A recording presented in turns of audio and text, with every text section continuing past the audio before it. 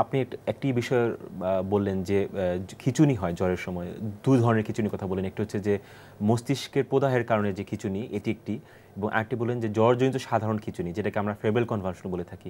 এটি আমার মনে হয় যে খুবই পরিচিত একটি অসুখ বা সমস্যা, যেটি নিয়ে আমাদের বাবা মারা খুবই আতঙ্কিত হয়ে পড়েন। কারণ অনেক সময় দেখা যায় যে তাদের প্রথমবারের মতো অ্যাটাকটি হয়, তারা একদম দ্বিধান্বিত হয়ে পড়েন।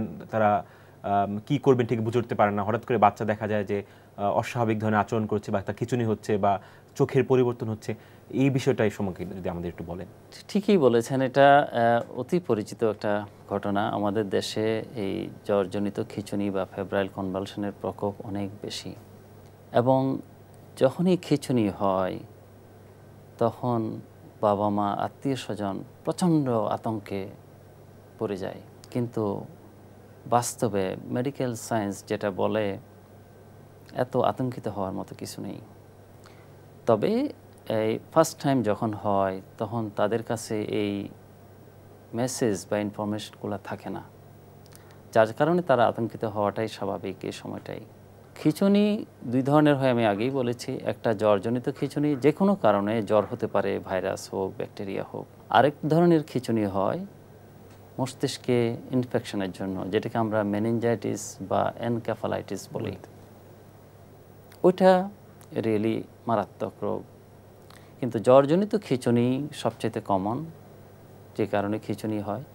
যেমন আমার ভাইরাস হলো, ভাইরাস থেকে খিঁচুনি হতে পারে। একটু টনসিল হলো, টনসিলের জ্বর থেকে খিঁচুনি হতে পারে। পেশাবের ইনফেকশন হলো, সেখান থেকে জ্বর হয়ে খিঁচুনি হতে পারে। এই জ্বরগুলাই হচ্ছে ফেব্রাইল কনভালশন। যে কোনো কারণে জ্বর হলেই খিঁচুনি হতে পারে। রাইট। তো এইসব ক্ষেত্রে এই খিঁচুনিগুলো একটা নির্দিষ্ট বয়স মেপে চলে।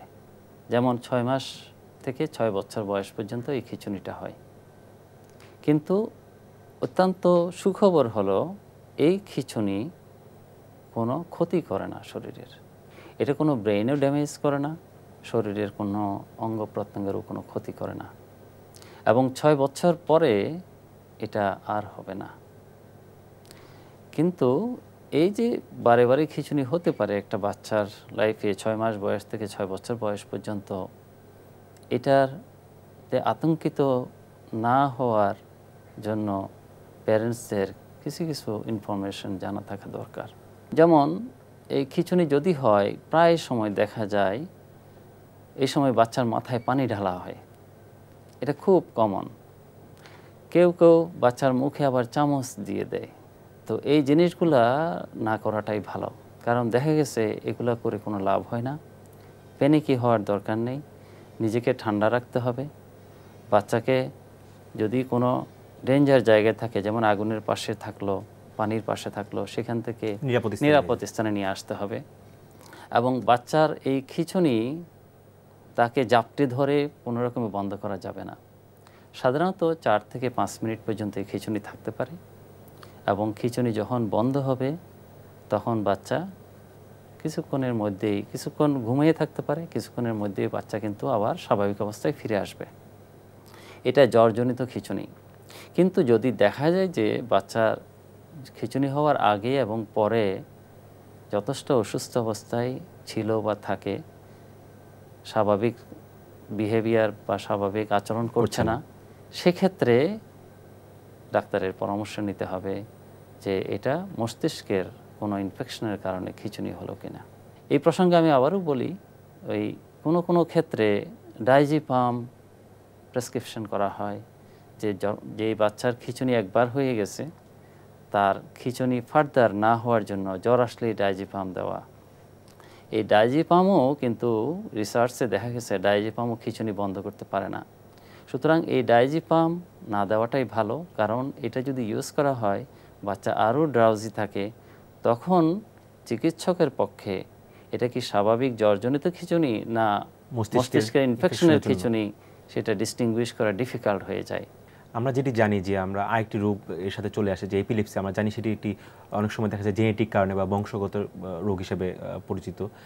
একটি ফ্যামিলিতে যদি কোনো সন্তানের হয়, তার ভাই বোন যারা আছেন, বা অনেক ক্ষেত্রে দেখা যায় যে তার পরবর্তীতে বাবা মারা দ্বিধাদ্বন্দ্বে পড়ে যান যে আমার বাচ্চা যদি পরে যে বাচ্চা হবে তার হয়তো একই ধরনের অসুবিধা হবে। এটি কতটুকু যুক্তিযুক্ত বলে মনে করেন?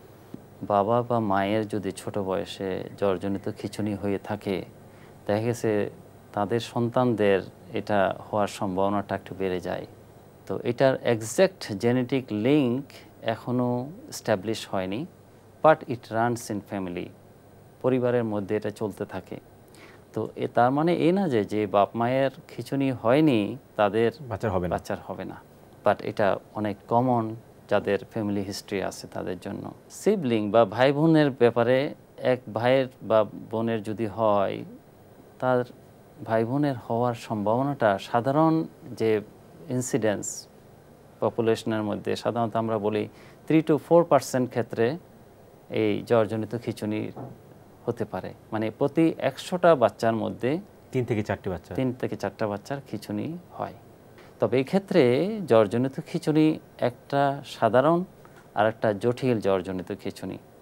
কোনো কোনো ক্ষেত্রে জ্বরজনিত খিঁচুনি যদি 10 মিনিটের বেশি হয় বা একই জ্বরে যদি 2বার খিঁচুনি হয়, তাহলে এসব ক্ষেত্রে, অথবা যদি এক হাত এক পা যদি খিঁচুনি হয়, ফোকাল কনভালশন বলি আমরা, এই জটিল খিঁচুনিগুলা, জ্বরজনিত খিঁচুনিগুলার ক্ষেত্রে একটু কেয়ারফুল থাকতে হবে।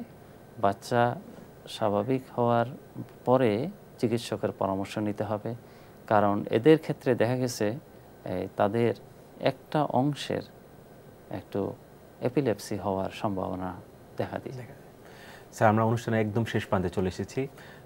যাওয়ার আগে আমাদের দর্শকদের উদ্দেশ্যে যদি আপনার কোনো পরামর্শ থাকে। আমি বলবো প্যারেন্টসদের উদ্দেশ্যে, বিশেষ করে আপনারা যারা টেলিভিশন দেখছেন তারা অন্য প্যারেন্টসদেরকে ইনফরমেশনগুলো পৌঁছায় দিবেন। জ্বর একটা কমন উপসর্গ, স্বাভাবিক উপসর্গ। যে বাচ্চা জ্বর নিয়ে সমস্ত অ্যাক্টিভিটিস করছে, হাসছে, খেলছে, মোটামুটি খাওয়া দাওয়া করছে, তার জন্য খুব বেশি আতঙ্কিত হওয়ার কারণ নাই। জ্বর যদি ভাইরাস জ্বর যেহেতু মোস্ট কমন, এই ভাইরাস জ্বরে বাচ্চাদের আচরণ মোটামুটি স্বাভাবিক থাকে। যদি 5 দিনের বেশি জ্বর চলতে থাকে তাহলে অবশ্যই চিকিৎসকের পরামর্শ নেবেন, আর তাকে স্বাভাবিক সব কিছু খেতে দিবেন।